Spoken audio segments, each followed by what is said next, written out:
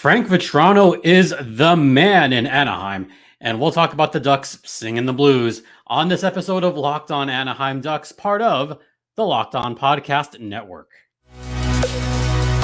You're Locked On Ducks, your daily podcast on the Anaheim Ducks, part of the Locked On Podcast Network, your team every day.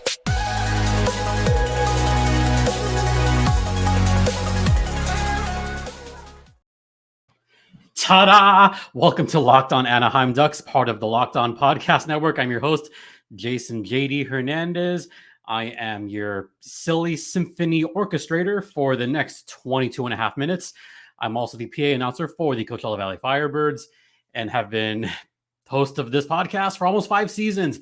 5 seasons of futility. But we press on because the Ducks, while they're not in the playoffs again, we got something that we are pretty proud of. But before we get into that, this episode is brought to you by FanDuel.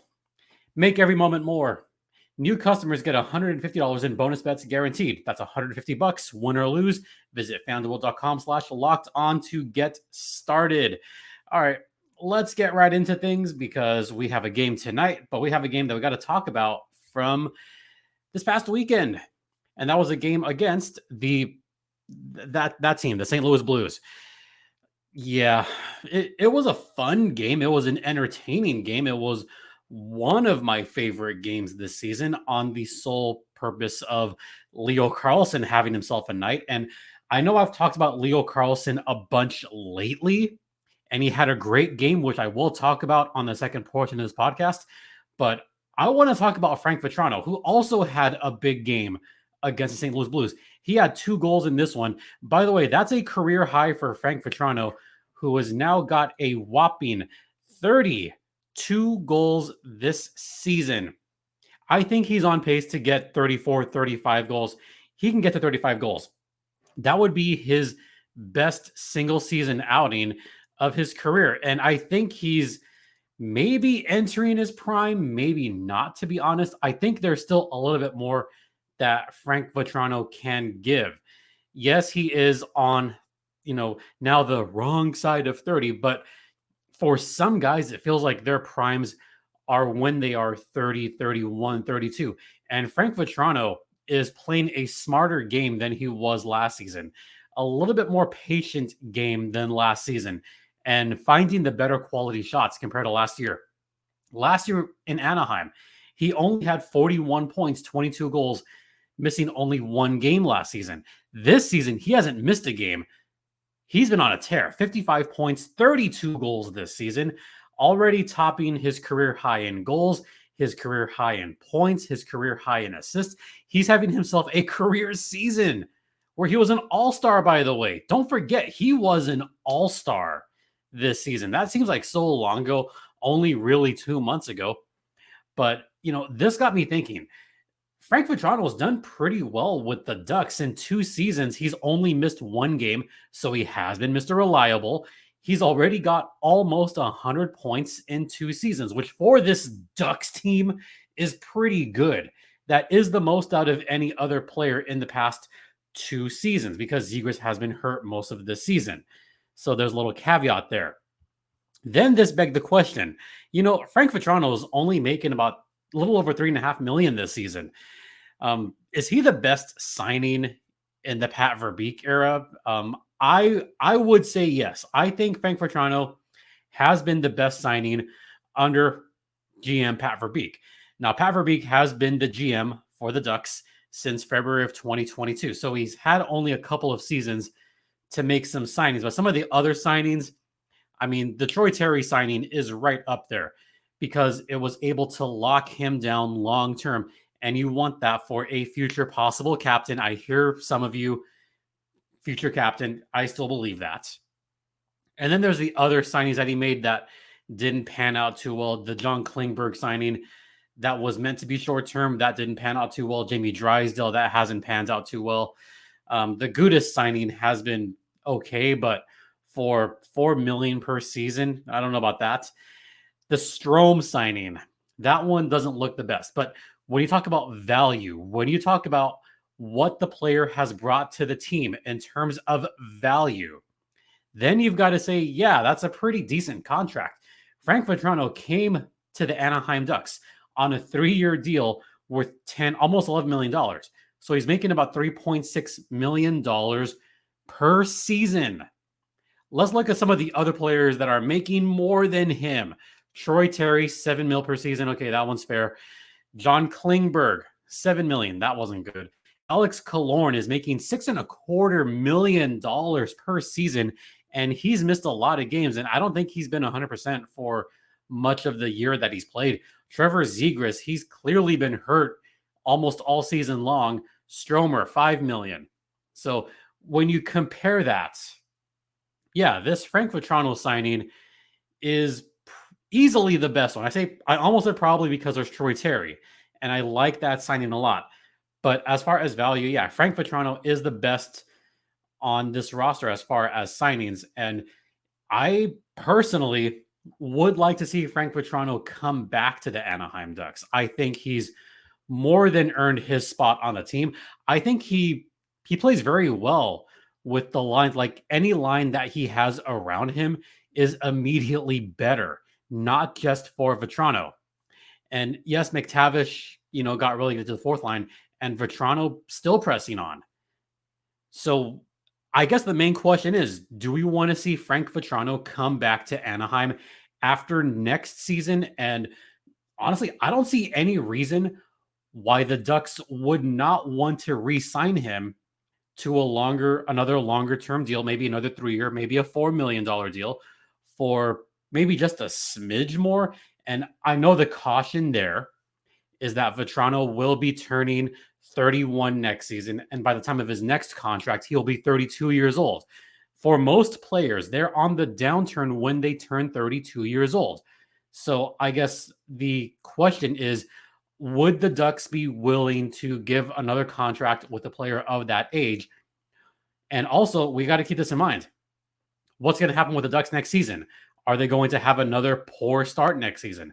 Are they going to have a 7th consecutive season where they are sellers at the trade deadline? These are questions that we don't know yet. But I personally have loved watching Vatrano on this Ducks team, and he has been, for me, the best signing. Maybe run it back as far as certain players. Bring back Frankie for another year. Bring him back for another 4 or 5 years, but I've liked him a lot. And those 2 goals that he had against St. Louis has been kind of the epitome of his entire season. I mean, he's got hardworking goals. He gets after pucks. He goes after rebounds. Most guys just kind of stay flat-footed in front of the crease, or they think there's a shot right there, but Vatrano, he's a smart player. He's a very, he's a high IQ player, but I think what I'm looking for, or I'm trying to get out, is he is a player that does not give up on plays and will look for the best opportunities whenever possible. So there you go. All right. We're going to head to the first intermission and talk about this Blues game at length, and then talk about the last 4 games. We'll get to that on the other side. Now, a brief word from FanDuel. That is right. Hey, you know what? Baseball season has just started with FanDuel.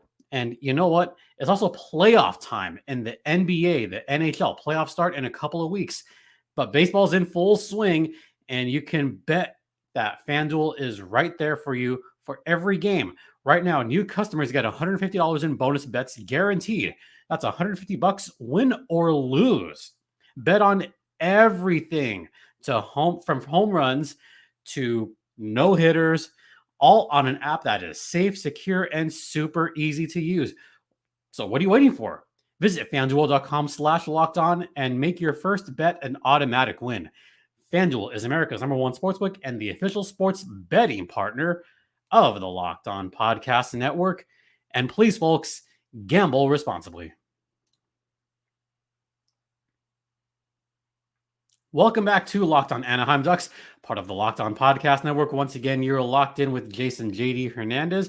And let's talk about that game against the St. Louis Blues where they were singing the blues. But hey, the Ducks at least got a point. It doesn't matter because they're mathematically out of it. Do we want the Ducks to get points? I don't know. I'm still not sure about that. But you know what? Let's talk about the game anyway, because the Ducks had the Blues number for some of this game. In fact, I would say the Ducks for period, like there were some periods where I thought they could beat any team. And this is a Blues team that is desperate for wins at this point because they are chasing the Los Angeles Kings, the Vegas Golden Knights, and even the Nashville Predators for that wild card spot. So they came in super desperate. And right off the bat, 11 seconds into the game, literally off the face-off, across the blue line. And I don't know what the Ducks were doing on that opening face-off, but they just looked flat. Not only flat, I mean very flat. They were just caught off guard. Zach Bolduc scored in 11 seconds, 1-0 Blues. Did I think that the Ducks were going to get blown out when I saw that the Blues scored 11 seconds into the game? Yeah, I honestly did. I thought it was going to be like a 7-0 game or a 7-1 game at that point. I thought it was going to be maybe 6-1. I was going to be 6 to my stomach possibly. And then Nikita Nesterenko saves the day. His first goal of the season, only his second goal in the National Hockey League. He had just been called up from the San Diego Gulls, and he just fired it in. So that made it a 1-1 tie game. Yeah, I'm used to those kind of goals from Nesterenko. He's making those all year in San Diego. Then Matt Kessel got his first. So it's 2-1 Blues after a period. Then St. Louis decided, okay, we're going to stop messing around here and actually play some hockey. And boy, they tried to give it to the Ducks in that period. After Frank Vatrano scored his 31st of the season, it was all St. Louis for the rest of the period. No thanks to some shenanigans going on between Ross Johnston and Jordan Binnington. And I thought it was his blocker at first that he threw, but it was actually his glove that he threw.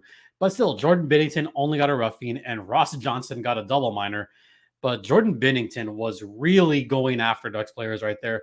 Of course, we had another brawl. They could have called more penalties and didn't. And somehow the Ducks wind up on a PK. WTF. And what do you think is going to happen on that power play? What you think was going to happen? Rob Thomas, so smooth down the lane, made it a 3-2 game for the Blues. And then the next few minutes, it was all St. Louis. Pavel Buchnevich scored to make it 4-2 St. Louis. This was the point of the game where I thought, okay, here comes the Blues. They're really, starting to score a lot, and starting to get pucks towards the net and making Lukáš Dostal work, which they were doing. I thought it was going to be 6-2.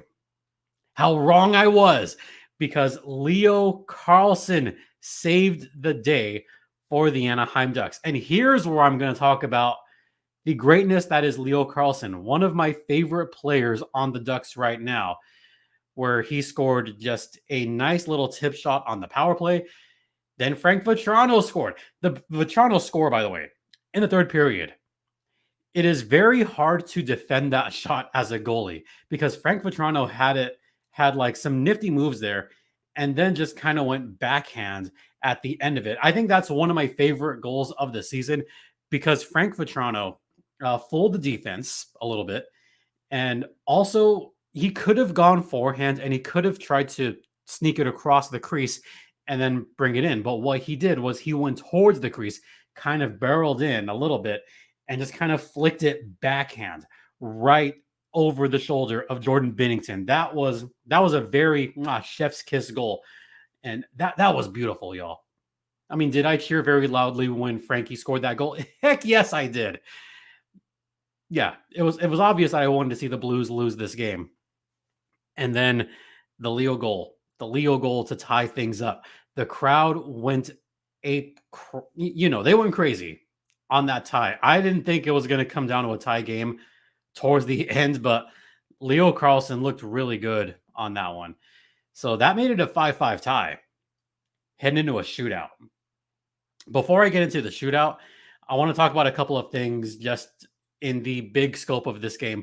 First off, the Ducks still having trouble on the penalty kill. St. Louis was 2 for 3 on the power play.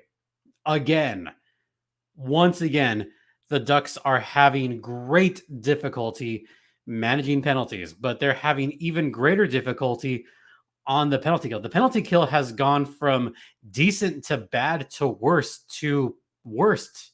Yes, the Ducks are almost the worst team on the penalty kill. The Islanders are only worse at 72.2%. The Ducks are right there, 72.5%. It's bad. I recall about a month and a half ago, the PK was at about 81% at the time. The PK has taken a severe nosedive in the past month. And you cannot do much except, where do you put it on? Do you put it on the penalty killers? Do you put it on the Ducks losing their best killers in the trade deadline? A little bit of that. Do you put that on the coaching staff? A little bit of that too. It's all a combination of everything, which is why this penalty kill has just been ridiculously awful.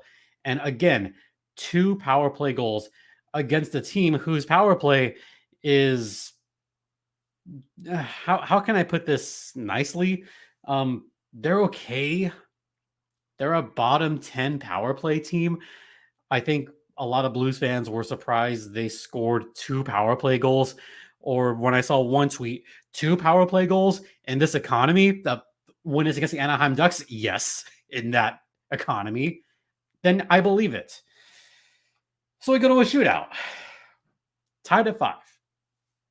Right away, we see, some pretty nice dangles. He had a nice move from Trevor Zegras. He had Jordan Binnington beat on the shootout. He had him beat.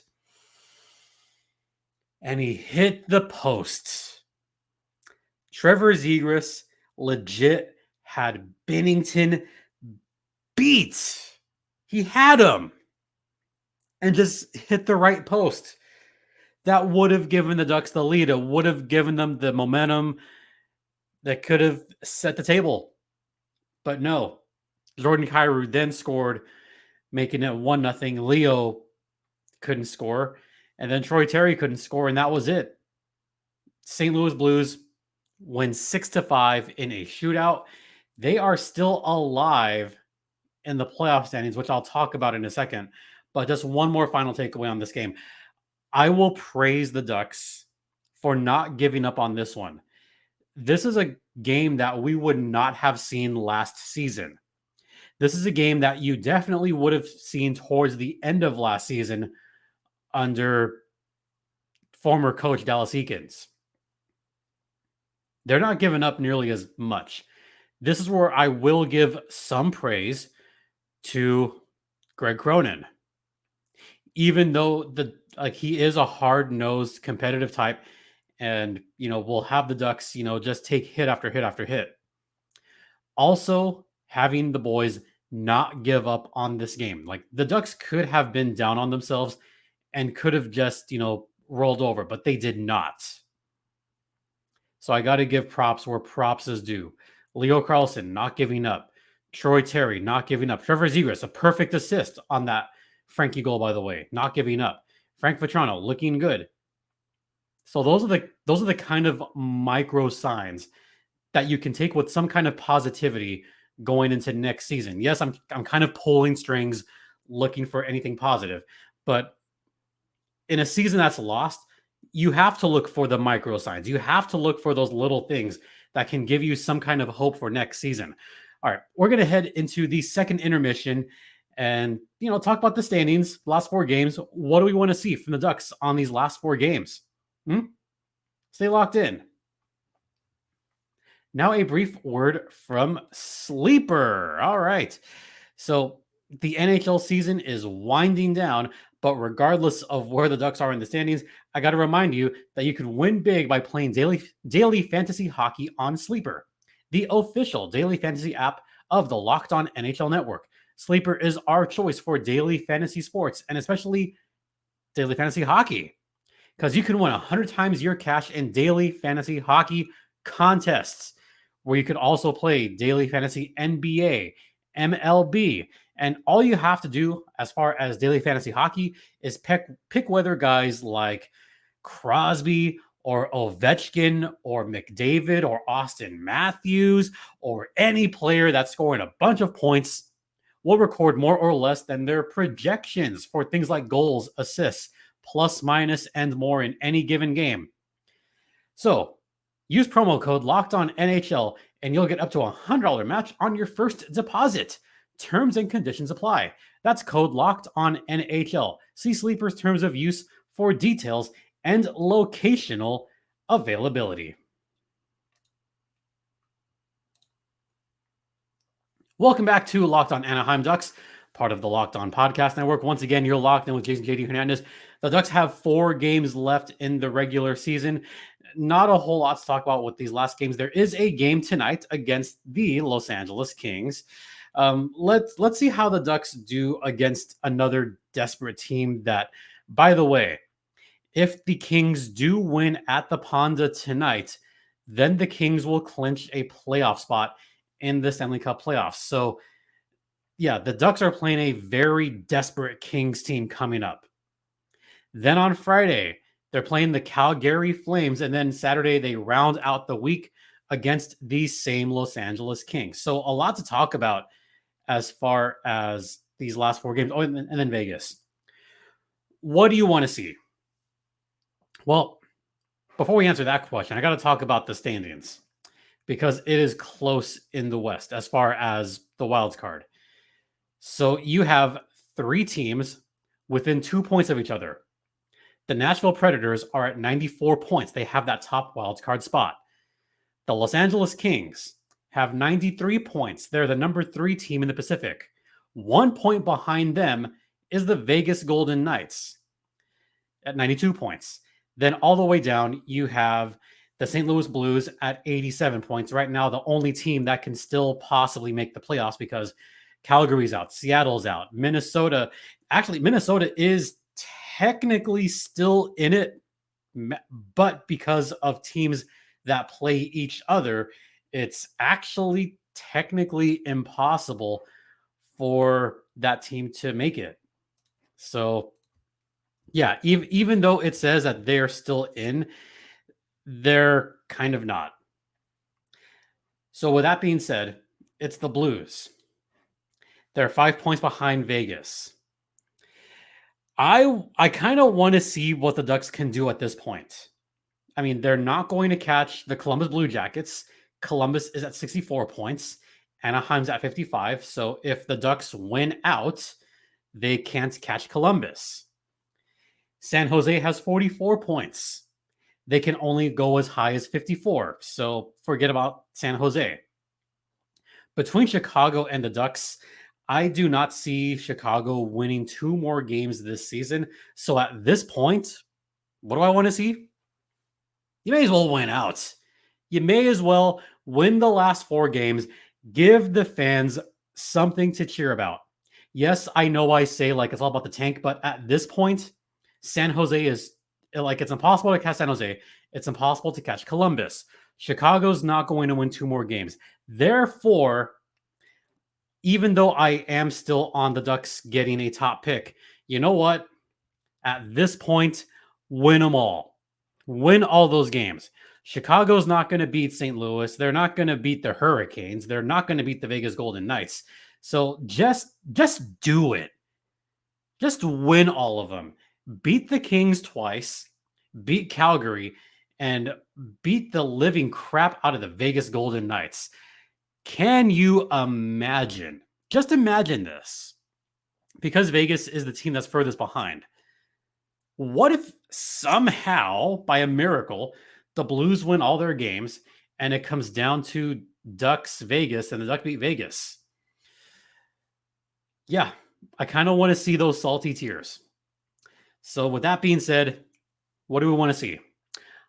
I want to see Troy Terry just dominate these last 4 games. I want to see him get at least 5 goals in the last 4 games. That's what I want to see.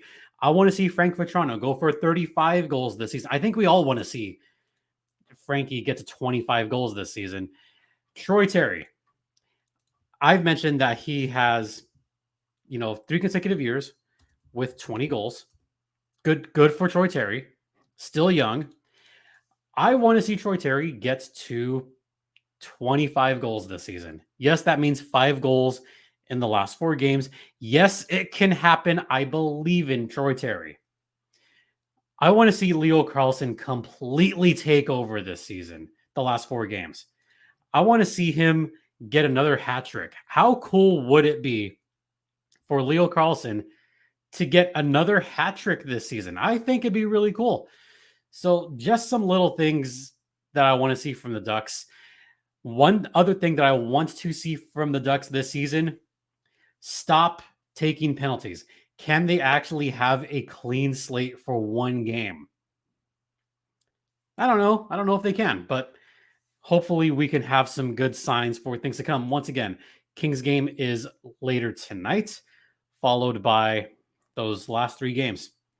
And with that, we're going to wrap up this podcast. But once again, thank you for listening. Thanks for watching. Hopefully you're listening or watching on your way to the Ponda tonight as the Ducks take on the Los Angeles Kings.